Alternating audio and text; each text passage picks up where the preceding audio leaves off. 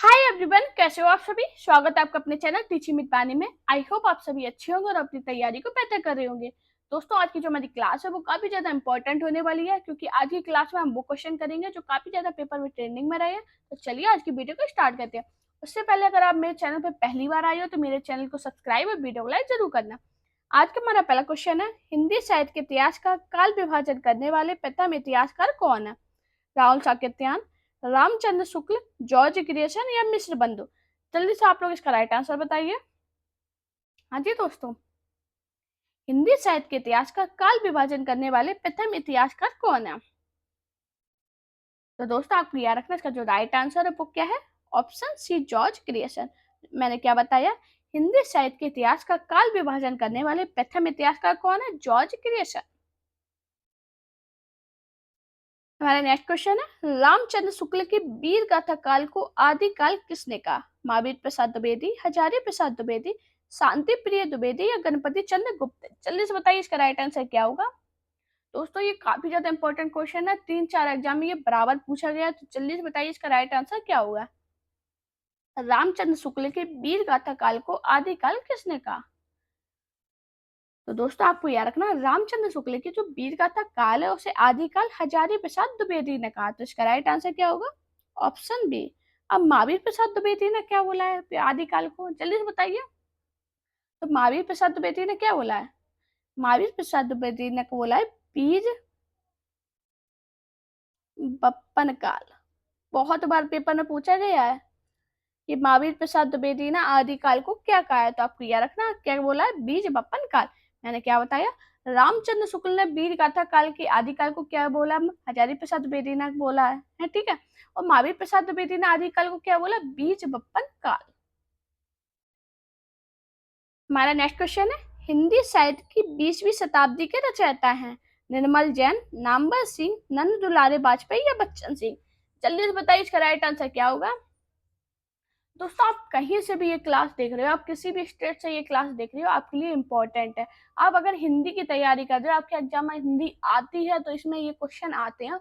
उसमें आप किसी भी एग्जाम की तैयारी कर रहे हो, ये क्लास बहुत ज़्यादा इंपॉर्टेंट है, क्योंकि ये जो क्लास है ये सभी एग्जाम को, मैंने सभी एग्जाम देखे, ज़्यादातर ये क्वेश्चन पूछे गए थे, इसलिए मैं आपको करा रही हूँ। तो जल्दी से बताइए इसका राइट आंसर क्या होगा। हिंदी साहित्य की 20वीं शताब्दी के रचयिता कौन है। दोस्तों, आपको याद रखना, जो हिंदी साहित्य की 20वीं शताब्दी के रचयिता है वो है नंद दुलारे वाजपेयी। मैंने क्या बताया, 20वीं शताब्दी के रचयिता कौन है, नंद दुलारे वाजपेयी। क्लास पूरी देखने के बाद आप सभी लोग मुझे कमेंट में अपना स्कोर जरूर बताना कि आज की क्लास में आप कितने प्रश्न सही कर पाए हो, जिससे मुझे एक आइडिया लग जाए आपका भी क्या लेवल है। और मुझे काफ़ी लोग कमेंट कर रहे थे कि मैम टीजीटी पीजीटी के लिए क्लास लाइए। तो दोस्तों, मैं आपसे प्रॉमिस करती हूँ, मैं टीजीटी पीजीटी की फ्री क्लास आपके लिए लाऊंगी, जिसमें आपकी पूरी हिंदी कंप्लीट कराऊंगी, हिंदी साहित्य भी, हिंदी ग्रामर भी, दोनों कंप्लीट कराऊंगी। साथ में आपका मॉक टेस्ट भी चलेगा। मुझे सभी लोग कमेंट में बताना, जो हिंदी साहित्य और ग्रामर की डिटेल क्लास कराएंगे, क्या वो 2 बजे कराएं, आपकी 2 बजे कराएं दिन में, और जो मॉक टेस्ट है वो शाम को 8 बजे। तो मुझे कमेंट करना आपका क्या आइडिया है, आप किस टाइम पे क्लास पढ़ना चाहते हो, मुझे ये भी कमेंट करना, उसी हिसाब से करेंगे। जिसके ज़्यादा कमेंट आएंगे उसी हिसाब से वो क्लास आपकी कराएंगे। हमारा नेक्स्ट क्वेश्चन है, कविता कॉमेडी के संग्रह करता है श्याम सुंदर दास, नगेंद्र, राहुल साकेत्यान या राम नरेश त्रिपाठी। चलिए बताइए इसका राइट आंसर क्या होगा। बाकी मैंने टीजीटी पीजीटी का सिलेबस अपने टेलीग्राम पे डाल दिया था, तो आप जरूर देख लेना, वो सिलेबस वो है और उसी हिसाब से आपकी क्लास करवाएंगे। तो जरूर देख लेना सिलेबस, कि आप मुझे काफ़ी लोग कमेंट कर रहे थे कि मैम सिलेबस बता दीजिए, तो मैंने सिलेबस आपको टेलीग्राम पे सेंड कर दिया है। अभी बताइए जल्दी से इधर आंसर बताइए आके इसका, कविता कॉमेडी के संग्रहकर्ता कौन है। तो दोस्तों, आपको याद रखना, कविता कॉमेडी के संग्रहकर्ता है वो राम नरेश त्रिपाठी है। अब ये है क्या, तो आपको याद रखना, ये कविता कॉमेडी है वो 15,000 से अधिक लोक गीतों का संग्रह है। कितने, 15,000 लोकगीत, लोक गीतों का संग्रह है। आपको याद रखना ये क्या है, अगर पेपर में पूछा जाए या नहीं पूछा जाए तो आप नॉलेज के रख लीजिए, पता कीजिए कविता कॉमेडी क्या है, 15,000 लोक गीतों का संग्रह है। हमारा नेक्स्ट क्वेश्चन है, मिश्र बंधु में शामिल नहीं है गणेश बिहारी, केशव बिहारी, श्याम बिहारी या सुखदेव बिहारी। जल्दी से बताइए इसका राइट आंसर क्या होगा। हाँ जी दोस्तों, मिस्र बंधुओं में शामिल नहीं है। तो दोस्तों आपको याद रखना है, जो मिस्र बंधुओं में जो शामिल नहीं है वो कौन है? केशव बिहारी। तो इसका राइट आंसर क्या होगा? Option B. बाकी अगर हम बात करें तो गणेश बिहारी, श्याम बिहारी और सुखदेव बिहारी, ये सभी मिस्र बंधुओं में शामिल है। आपको याद रखना, पेपर में काफी बार पूछा गया, सुखदेव बिहारी से क्वेश्चन बना है कि निम्न में से मिस्र बंधुओं में शामिल है, तो आपको याद रखना सुखदेव बिहारी है वो भी मिस्र बंधुओं में शामिल है। ये काफी इंपॉर्टेंट क्वेश्चन है, काफी बार पेपर में ट्रेंडिंग में रहा। मैंने क्या बताया? मिस्र बंधुओं में शामिल कौन नहीं है? केशव बिहारी। हमारा नेक्स्ट क्वेश्चन है, मिस्र बंधुओं के अनुसार हिंदी का प्रथम गद्य लेखक है? सरप्पा, विद्यापति, गोरखनाथ या मीर खुसरो? जल्दी से बताइए इसका राइट आंसर क्या होगा। हाँ जी दोस्तों, क्या होगा इसका राइट आंसर? मिस्र बंधुओं के अनुसार हिंदी का प्रथम गद्य लेखक है। तो दोस्तों आपको याद रखना, जो मिस्र बंधुओं के अनुसार हिंदी के जो प्रथम गद्य लेखक है वो है गोरखनाथ। तो इसका राइट आंसर क्या होगा? ऑप्शन सी। गोरखनाथ है, ये हिंदी साहित्य के आरंभकर्ता भी माने जाते हैं। मैंने क्या बताया? गोरखनाथ नाथ साहित्य के, माफी चाहेंगे, नाथ साहित्य के आरंभकर्ता माने जाते हैं। आपको याद रखना, मैंने क्या बताया? गोरखनाथ नाथ साहित्य के, नाथ साहित्य के क्या है? आरंभ करता है। आपको ये याद रखना, पेपर में बहुत बार पूछा गया है, नाथ नाथ साहित्य के आरंभकर्ता कौन है? तो आपको याद रखना वो कौन है? गोरखनाथ। मैंने क्या बताया? मिस्र बंधु के अनुसार हिंदी के प्रथम गद्य लेखक कौन है? गोरखनाथ। और गोरखनाथ क्या है? नाथ साहित्य के आरंभकर्ता माने जाते हैं। हमारा नेक्स्ट क्वेश्चन है, हिंदी साहित्य के इतिहास ग्रंथ की रचना निम्नलिखित में से सबसे पहले किसने की? जॉर्ज ग्रेशन, मिश्र बंधु, शिव सिंह सेंगर, रामचंद्र शुक्ल? जल्दी से बताइए इसका राइट आंसर क्या होगा। हाँ जी दोस्तों, क्या होगा इसका राइट आंसर? हिंदी साहित्य के इतिहास ग्रंथ की रचना निम्नलिखित में से सबसे पहले किसने की? तो दोस्तों आपको याद रखना, जो हिंदी साहित्य की इतिहास ग्रंथ की रचना सबसे पहले की है वो किसने की है? शिव सिंह सेंगर ने। तो इसका राइट आंसर क्या होगा? Option C. ये काफी इंपॉर्टेंट क्वेश्चन है, बहुत बार पेज पूछा गया पेपर में। आपको याद रखना है, इस तरह से क्वेश्चन बनता है कि इन्होंने 1883 में ईस्वी में शिव सिंह सरोज नामक इतिहास ग्रंथ लिखा। कौन सा लिखा था? 1883 में कौन सा इतिहास ग्रंथ लिखा? शिव सिंह सरोज। दोस्तों अगर आप अपने नोट्स बनाते हो उसमें ये जरूर लिखा कीजिए, अलग से पॉइंट जो बताते हैं ये सभी इंपॉर्टेंट होते हैं और सभी पेपर में पूछे भी गए हैं। मैं अगर आपको कोई भी पॉइंट बताती हूँ, मैं कुछ भी आपको फालतू का खुद ही नहीं बताती हूँ, मैं आपको वही पढ़ाती हूँ, वही बताती हूँ जो पेपर के लिए उपयोगी होता है। अगर मैं आपको फालतू की बात करूंगी तो आप खुद ही क्लास नहीं देखोगे। काफी लोग होते हैं जो टाइम पास करने के लिए क्लास देखते हैं, तो वो चैटिंग से और लाइव में जो चैटिंग चलती है उससे अपना टाइम पास कर लेते हैं। लेकिन जो मेरी क्लास देखता है, जो स्टार्टिंग से जुड़े होंगे उन्हें ये पता होगा मैम फालतू की बात कुछ नहीं करती है। मैं आपसे वही बात करती हूँ जो आपके लिए इम्पोर्टेंट होती है। मैं आपको वही पॉइंट बताती हूँ जो आपके लिए इम्पोर्टेंट है, पेपर में पूछे जा सकते हैं।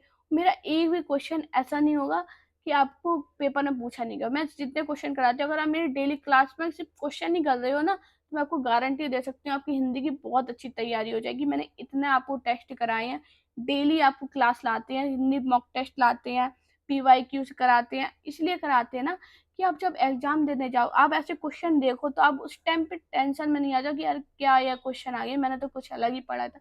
इसलिए बताते हैं इंपॉर्टेंट क्लास है, पूरी क्लास देखा कीजिए और प्यारा से कमेंट जरूर किया कीजिए कि आपको क्लास मेरी कैसी लगती है, नेक्स्ट क्लास किस टॉपिक पे चाहिए, ये सभी मुझे कमेंट जरूर किया कीजिए आप लोग। हमारा नेक्स्ट क्वेश्चन है, शिव सिंह सरोज का रचना काल है? 1833, 1836, 1830, 1810? अभी हाल मैंने बताया, अभी हाल मैंने बताया था, जल्दी से बताइए। शिव सिंह सरोज का रचना काल क्या है? तो दोस्तों आपको याद रखना, जो शिव सिंह सरोज का रचना काल है वो क्या है? 1833। अभी मैंने क्या बताया था? शिव सिंह सेंगर बताया था। अभी ये क्या बताया? शिव सिंह सरोज। मैंने क्या बताया था भैया कि 1833 में उन्होंने शिव सिंह सरोज नामक त्याग ग्रंथ लिखा। बहुत इंपॉर्टेंट है। मैंने क्या बोला? मैं फालतू का बताती ही नहीं हूँ, मैं वही बताऊंगी जो इम्पोर्टेंट होता है। शिव सिंह सरोज, जो शिव सिंह सेंगर है, इन्होंने शिव सिंह सरोज नाम से हिंदी साहित्य, हिंदी भाषा का दूसरा महत्वपूर्ण इतिहास ग्रंथ लिखा था। ये दूसरा महत्वपूर्ण इतिहास ग्रंथ आपको याद रखना। और किसका है, तो आपको याद रखना ये किसका है, शिव शिव सिंह किसका है, सिंगर का। आपको याद रखना ये इंपॉर्टेंट है, बहुत बार पूछे गए क्वेश्चन, मुझे क्वेश्चन काफी बनने आज के एग्जाम में, सीधा सीधा क्वेश्चन नहीं पूछते हैं, ऐसे ही घुमा घुमा के पूछते हैं। और ये केवीएस पीजीटी में आया था, आप ये भी देख लेना, केवीएस पीजीटी में आया था। और कब आया था, 2018 में। अगर आपको विश्वास नहीं है तो अभी हाल प्रीवियस से दिखाना और देख लेना, इसमें एक क्वेश्चन पूछा गया था। हमारा नेक्स्ट क्वेश्चन है, निम्नलिखित में से किस रचनाकार के ने अपना लेखन गद्य तक सीमित रखा, रामविलास शर्मा, प्रेमचंद, रामचंद्र शुक्ल या नगेंद्र। जल्दी से बताइए इसका राइट आंसर क्या होगा। हाँ जी, जल्दी से बताइए इसका राइट आंसर क्या होगा। तो दोस्तों आपको याद रखना है, मुंशी प्रेमचंद ने अपना लेखन गद्य तक ही सीमित रखा, तो इसका राइट आंसर क्या होगा, ऑप्शन बी। बाकी अगर हम रामविलास शर्मा, रामचंद्र शुक्ल और डॉक्टर नगेंद्र, इन्होंने गद्य और पद्य दोनों विधा के रचना का कार्य लिखा है। किसमें लिखा, गद्य में भी इन्होंने काम किया और पद्य में भी, आपको ये याद रखना है। बहुत इंपॉर्टेंट पॉइंट है दोस्तों, एक एक पॉइंट इंपॉर्टेंट है, जरूर लिखना। मैं तो आपसे यही कहूंगी, आप जब मेरे क्लास देखा कीजिए, एक पेज ले लो, उसी में ये पॉइंट लिख लो। जब एग्जाम लेने जाओगे यही रिवीजन मान लोगे तो आपको समझ लो यही इसी से क्वेश्चन बन जाएंगे। देखना जब आप देने जाओगे, अभी वैकेंसी आने वाली है, सभी तैयारी में जुट जाओ, बहुत अच्छी वैकेंसी आएंगी और बहुत अच्छा सुनहरा मौका है। जो स्टार्टिंग से पढ़ रहे हैं, जो अभी पढ़ने बैठेंगे उन्हें थोड़ी दिक्कत भी होगी, लेकिन जो स्टार्टिंग से पढ़े उन्हें दिक्कत नहीं होगी। हमारा नेक्स्ट क्वेश्चन है, अपभ्रंश को पुरानी हिंदी सर्वप्रथम किसने कहा, जॉर्ज ग्रेसन, चंद्रधर शर्मा गुल्लेरी, रामचंद्र शुक्ल या राहुल साकेत्यान। जल्दी से बताइए इसका राइट आंसर क्या होगा।